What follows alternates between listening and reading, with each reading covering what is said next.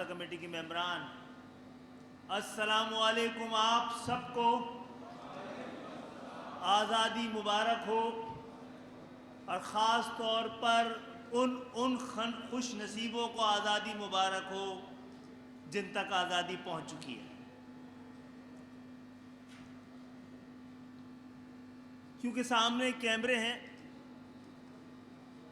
تو جتنی آزادی پاکستان کی جمہوریت مجھے دیتی ہے اتنا ہی سچ بولوں گا.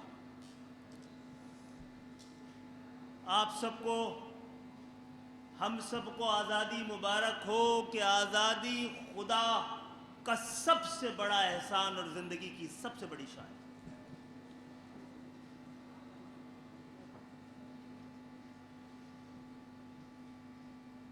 آزادی کی خواہش و تمنا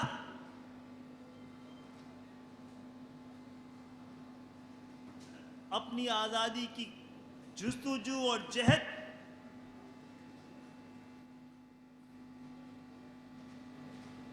اپنے آزادی کا حصول اور آزادی کی حفاظت کائنات کی سب سے بڑی عبادت ہے.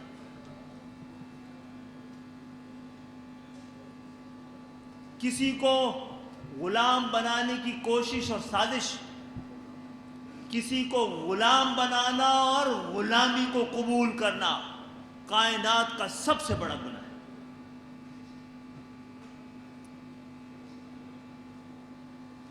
شرک غلامی کے سب سے بڑے امکان اور اعلان کا نام ہے.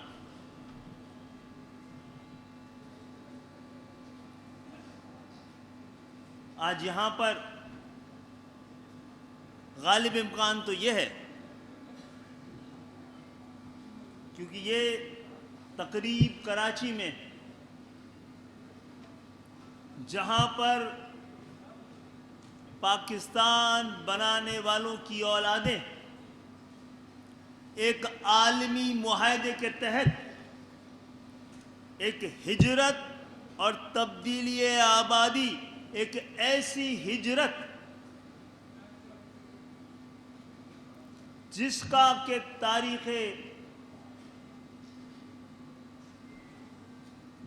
تاریخ میں اتنی بڑی ہجرت کا اور اس طرح کی ہجرت کا، اختیاری اور ارادی ہجرت کا ذکر بہت کم ہے.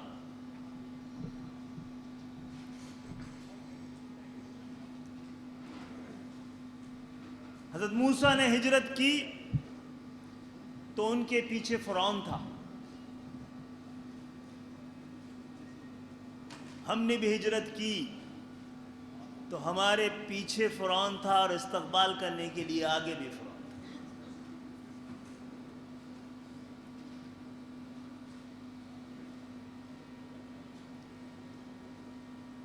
76 سال ہو گئے پاکستان.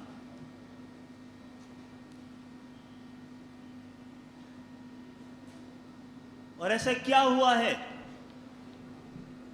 کہ جس پاکستان کو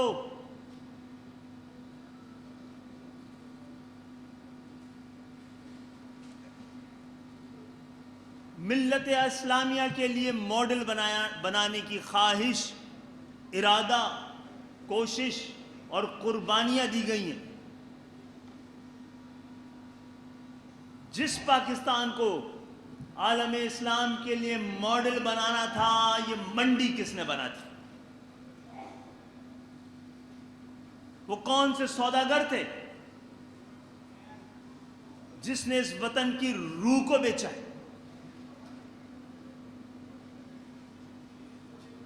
خواتین حضرات، ہم بڑے خوش نصیب تھے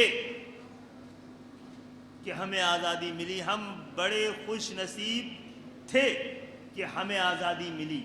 ہم بڑے بد نصیب ہیں کہ ہم نے آزادی کی قدر نہیں کی. قدر کس چیز کی جاتی ہے؟ قدر اس چیز کی جاتی ہے جس کے لیے قربانی دی جائے. لیکن اس وطن کے قیام کے لیے تو 20 لاکھ جانوں کی قربانی دی گئی ہے. ایک ارادی اور اختیاری ہجرت کی گئی ہے، اور ارادے اور اختیار کے ساتھ ایک وطن بنایا گیا ہے جس کے لیے عالمی طور پر جس کی ضمانت دی گئی.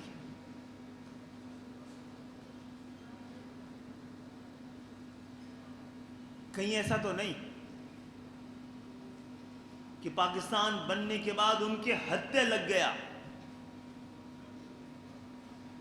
جو دنیا کے بہترین غلام تھے، اور جو بہترین غلام ہوتے ہیں وہ بدترین آقا ثابت ہوتے ہیں.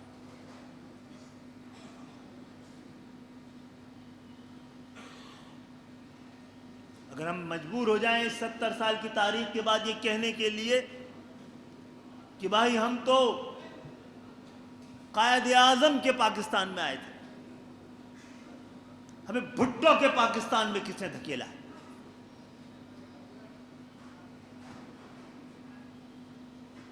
ہم تو قائد اعظم کے بنائے ہوئے دارالخلافہ کراچی میں آئے تھے، دارالحکومت کراچی میں آئے تھے.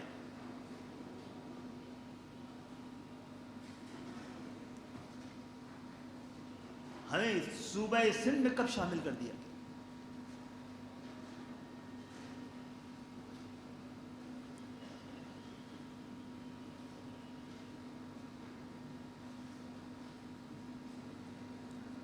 اور تاریخ کی ان پیچیدگیوں کو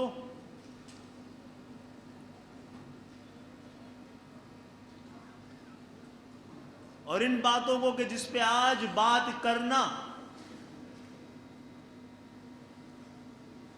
بات کر کے آپ اپنے پر فتویٰ لگا رہے ہیں. جب حسیب بھائی تقریر کر رہے تھے اور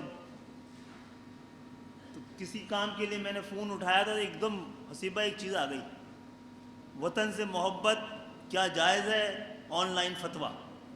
تو میں تو بڑا ڈر گیا کہ وطن کی محبت میں بھی فتویٰ لگے اور سچ بولنے میں بھی فتویٰ لگے.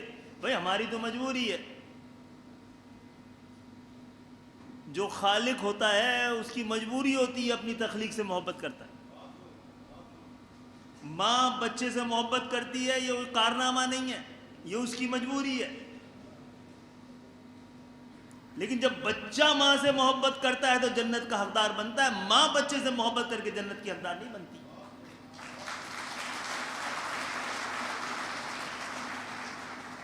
تو ہماری محبت تو پاکستان سے فطری ہے، مجبوری ہے. لگا دو کوئی بھی فتوے، اے پاکستان تو بھی پلٹ کے پوچھ لیتا تو جنتی ہو جاتا.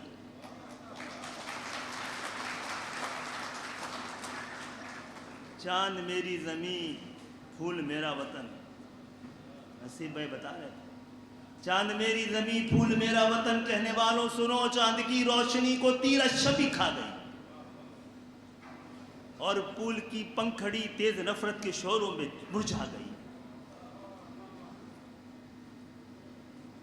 اور گولیوں سے چھلنی ہوا میرا سنہری وطن، چاند میری زمین پھول میرا وطن.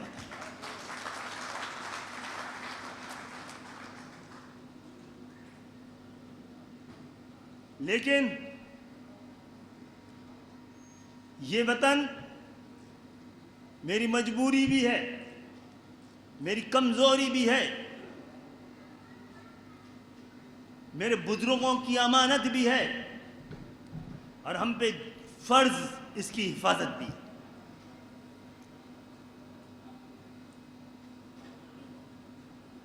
میری خوشگمانی مجھے بتا رہی ہے کہ آپ کو دیوار پہ سے لگانے والے، دیواروں پہ چنوانے والوں کو پتہ لگ گیا ہے.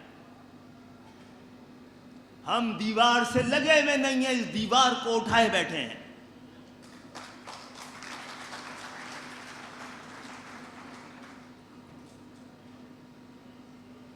اور اس آزادی کو بچانا ہے، اس ملک کو بچانا ہے. تو قابضین وطن کو پتہ ہے کہ جو بناتا ہے وہی صحیح کر سکتا ہے، جو بناتا ہے وہی چلا سکتا ہے. تو اس ملک کو چلانے کا اگر فیصلہ ہوا، تیاری کیجیے. آپ کے علاوہ اب کوئی آپشن نہیں بچا۔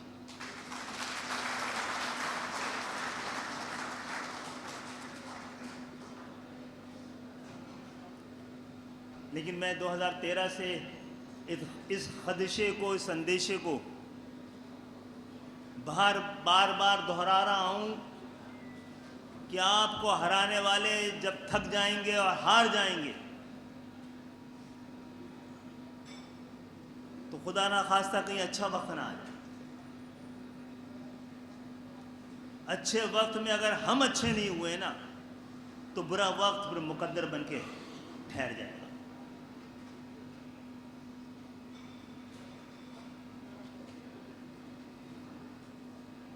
جو ہجرت کرنے والے آئے تھے ان کی اولادوں کو ان کے پاس بھی کوئی آپشن نہیں بچا تھا۔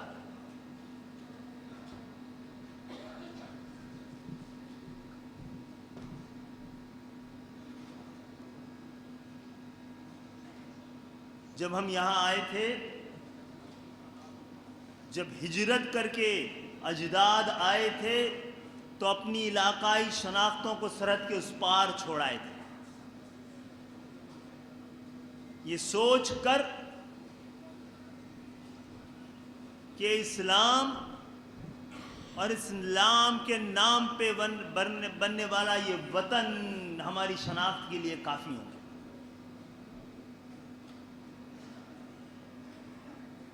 اس لیے ایم کیو ایم کے آنے سے پہلے سندھ کے شہری علاقوں کو، مہاجروں کو، ہجرت کرنے والوں کو اپنی ان دو شناخت کے ساتھ سیاست کی تسلی کا سارا سامان موجود تھا۔ اسلام تو ماشاءاللہ اسلام کے نام پر قائم سیاست کرنے والی جماعتوں کی ایک لائن تھی، ہر فرقے کی، ہر فقہ کی، ہر مسلک کی، ہر سلوک کی، ہر ٹوپی کی، ہر پگڑی کی۔ مولانا مودودی کی جماعت اسلامی میں موجود تھی، مولانا نورانی کی جمعیت علماء پاکستان میں موجود تھی، مفتی صاحب کی جمعیت علماء اسلام بھی موجود تھی، تھانوی صاحب کی، ہزاروی صاحب کی، ہر برانڈ کی الحمدللہ ماشاءاللہ مذہبی جماعتیں موجود تھیں، ترازو والی، چابی والی، پتنگ والی، کھجور کے درخت والی، کتاب والی۔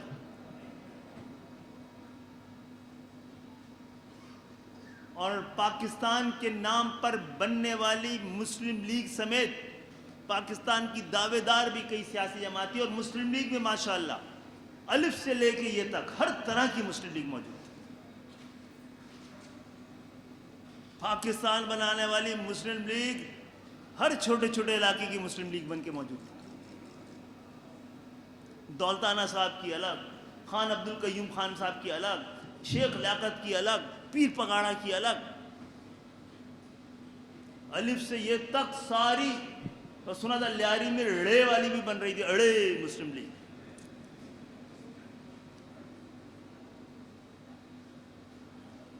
میرا چھوٹا سا سوال اس آزادی کے اس تقریبات میں، اس عشرے میں، کہ جب تسلی کے سارے سامان موجود تھے ہجرت کرنے والوں کو، تو یہ کم بخت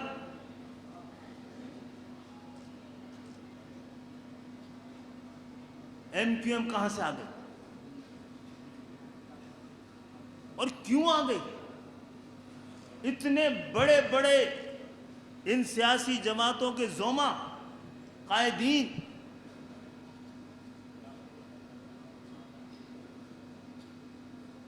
قومی اور عالمی معیار کے،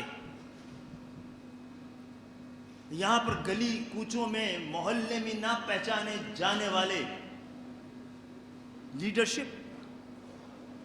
ایسا کیا ہو گیا تھا ہمارے ساتھ؟ ایسا کیا افتادہ سندھ کے شہری علاقوں کے ساتھ ہوا تھا؟ اس پڑھی لکھی قوم کو ہو کیا گیا تھا؟ ان کی عقل کیسے ماری گئی تھی؟ یہ ایم کیو ایم کہاں سے آ گئی تھی؟ اگر ایم کیو ایم سے پہلے شہر میں ایسا امن تھا کہ شیر اور بکری ایک گھاٹ میں پانی پی رہے تھے، اور ایسی خوشحالی تھی کہ دودھ اور شہد کی نہریں بہتی تھیں۔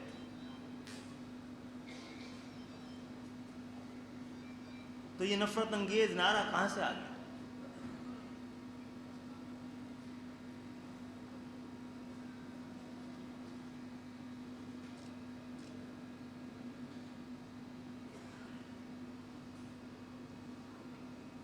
تو میں اس موقع پہ صرف آپ سب سے درخواست کروں، بھیا ملک بنا کے پھنس گئے، اب آپ لوگ اس ملک کو بچانے کی واحد ذمہ داری آپ کے پاس ہے، یہ شان اور ایمان ہے آپ کا، اس کو بچانے کی فیصلہ کن جد و جہد کے لیے آپ تیار ہیں یا نہیں ہیں، یہ بتا دیجیے۔ جو اپنی ذات میں مقید ہے، پابند ہے، وہ تو خود غلام ہے سب سے بڑا۔ جو اپنی خواہشات، اپنے مفادات، اپنی ضروریات کے قید خانے میں قید ہے، اس کی ضرورت نہیں ہے ان کی۔ خود کو پہلے آزاد کرو، پھر آزادی کی اس عبوری ادھوری آزادی کی مکمل اور مستقل شکل کے لیے جد و جہد شروع کی جائے۔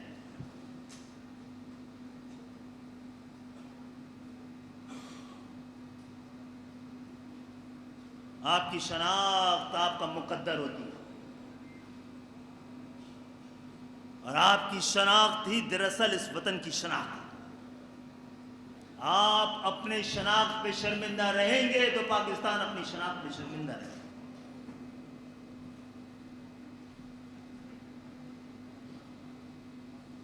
آپ کی تہذیبی قومی تہذیب ہے، کلچر اور ایگریکلچر میں فرق ہوتا ہے جناب۔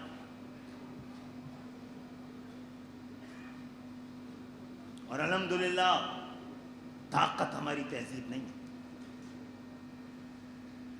1000 سال کی ہماری تاریخ بتاتی ہے کہ ہماری تہذیب ہماری طاقت تھی اور ہے۔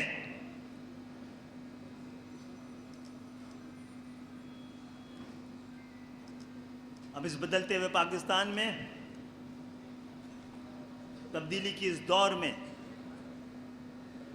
میں پھر بڑی ذمہ داری سے اپنی قوم کی جانب سے، اپنی تنظیم کی جانب سے تمام قابضین سے بتانا چاہتا ہوں کہ ہم ایک تنظیم، ایک نظریاتی تنظیم اور ایک قوم کی حیثیت سے کسی سے لڑنا نہیں چاہتے، لیکن آپ جانتے ہیں کہ ہم لڑنا جانتے ہیں۔ یہ پاکستان اس بات کا ثبوت ہے کہ ہم لڑنا جانتے ہیں، اس لیے پاکستان ہے، ورنہ یہ ہندوستان کہلاتا ہے۔ ہمارے اجداد کے مقدس قدم جب اس زمین پہ پڑے ہیں تو یہ ہندوستان سے پاکستان بنا ہے۔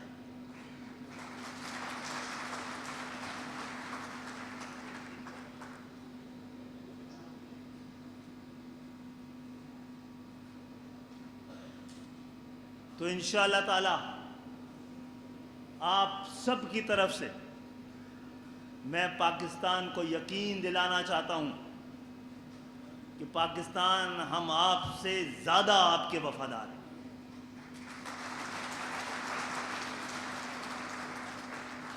ہم تو آپ کے ہیں، آپ اپنے آپ کے نہیں بن سکے، بنیے۔ آپ کے لیے قربانی دینے کے لیے آج بھی ہم تیار ہیں۔ اور کتنی قربانی چاہیے، اور کتنا خون، میں نہیں کہہ رہا، سر چاہیے تو سر، اقتدار چاہیے تو اس کے لیے بھی سر، اس کے لیے بھی پیر، اس کے لیے بھی گردے، اس کے لیے بھی دل، یہ ساری چیزیں پاکستان کو ہم دے چکے۔